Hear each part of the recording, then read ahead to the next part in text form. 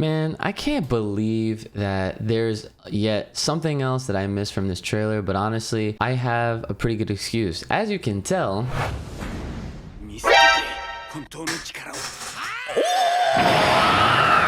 I was kind of excited for what I immediately saw and what was obviously focused, but we're here to talk about the potential of Broly versus Beerus. Let's get into it. What's going on, everyone? It's your boy Uchi back again, once again, with another video and another discussion for the Dragon Ball Super superhero movie. I've been doing lots of coverage and other videos on it, so definitely hit the bell for the notifications after you subscribe, like, and share this video out. And make sure, of course, after you watching this video, to leave a comment. Let me know what you think about my thoughts on Broly versus Beerus. So it's during the trailer number 4 that recently came out, and here it is. Right there.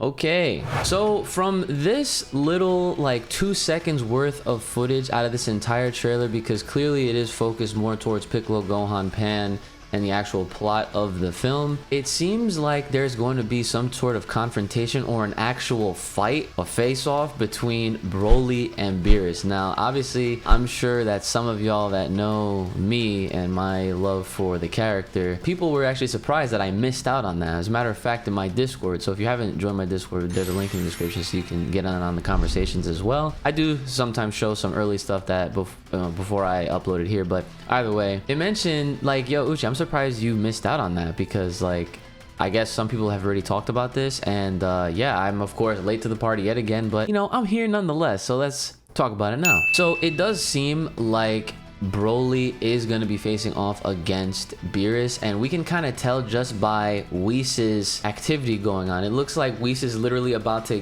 get them ready, set, go, and then they're gonna just go at it and throw hands. Now, I think that when it comes down to like who would win, I would have to obviously go with Beerus, but that doesn't mean that I don't think Broly has a chance at getting any shots in. I mean, let's face it, he literally almost made contact with Whis. Whis actually had to go on the defensive in the Broly film. Let's not forget about that. And Whis is a way stronger than Beerus, as we already know. And I think that in terms of him against Beerus, of God of Destruction, not an angel, but a God of Destruction, I think that Broly has every amount of chance to pretty much to give Beerus a run for his money. Clearly Beerus is the way more experienced fighter, and obviously I'm sure there's going to be people that are always going to be like, oh well, he could just destruction, but that's not the point of a fight. When you're trying to measure out who is like the better combatant, whoever has better fighting skills, you're not gonna just say, oh okay, well they just have this one move, because honestly that's not even a fight, that's not even a conversation, there's no debate at that point. It's just like, okay, yeah, sure, they have this one move, but when it comes down to them throwing hands, okay, that's what we're here for. The other thing that I wanted to talk about in relation to this was what the purpose of this fight could actually do long term for the overall plot and the film of the movie. And this is actually from a comment on one of the recent videos that I put up, so I'm gonna actually read it to you right now, and then we're gonna talk about that. So this is a really good idea. This person reads, Broly goes berserk against Beerus in the training, and Goku and Vegeta have to help calm him down because Whis doesn't want to one-shot him to give Gohan the chance to unleash his power potential and save Earth. Perfect excuse to keep Goku and Vegeta away from the film. Now when you think about it like that, that actually is a perfect and more realistic kind of scenario. We've already seen Goku and Vegeta literally time and time again be the answers to all of the problems, and honestly it is very tiring. We might love Dragon Ball for, you know, everything that it's done and its legacy and whatnot, but Super has essentially become the Goku and Vegeta show. So now I think would be a perfect opportunity, which this movie seems to be doing, in allowing Gohan and Piccolo primarily to kind of be the focal point and the focus going forward, and to be the new solutions to the problems that will come from Dragon Ball Super superhero. And if they're actually training on Whis' Beerus' planet, wherever they are, that's actually probably one of the better spots to train, because a lot of people are already assuming that, oh yeah, they're just gonna go straight to Vampa every time that they want to have any kind of interaction with Broly. But I think it's actually a lot smarter that they do bring Broly with them to basically train with the gods and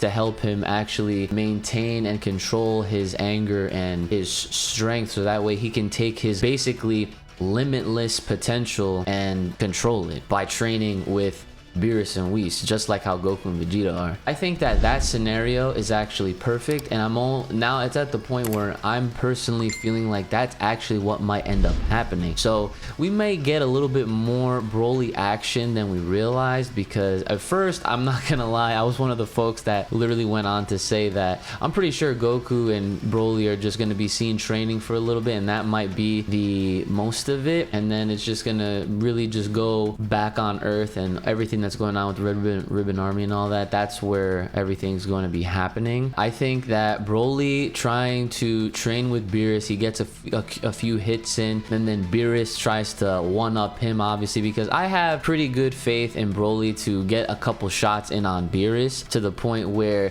Beerus is going to get ticked off, he's going to then retaliate, and then Broly is just gonna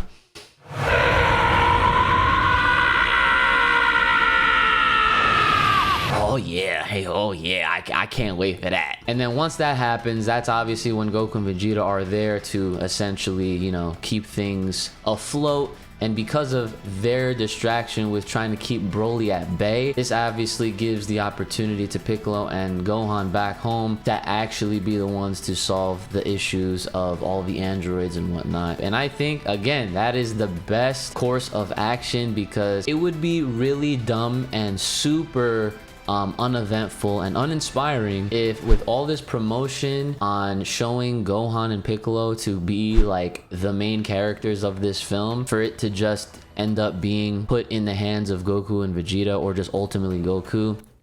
I'd actually be very, very freaking annoyed and pissed off if that happens. You know, let's have good faith and good hope. Let's put some good energy and some good vibes on this, because like I said, I went from not wanting to see this movie, or like not caring at all, to like completely being sold. I'm so sold on this. There's plenty of other discussions and ideas and things to talk about just off of the most recent trailer. If they do drop another trailer, I can't wait for that, and obviously I'll react to it. So if you haven't already, please go ahead, check out all of the videos that I've been doing for Dragon Ball Super. Obviously I do a bunch of other content as well here on this channel, but Dragon Ball, as some of you might know me for, is a mainstay here, and we'll always have room and time to talk about anything that's going on. So make sure again to like, share, subscribe, hit me up on Twitter, drop a comment down below, let me know your thoughts. Make sure you guys are taking care of yourselves. May the power protect you. Keep it locked, loaded right here on this channel. Stay safe, stay clean, stay inside. I'll see y'all next time.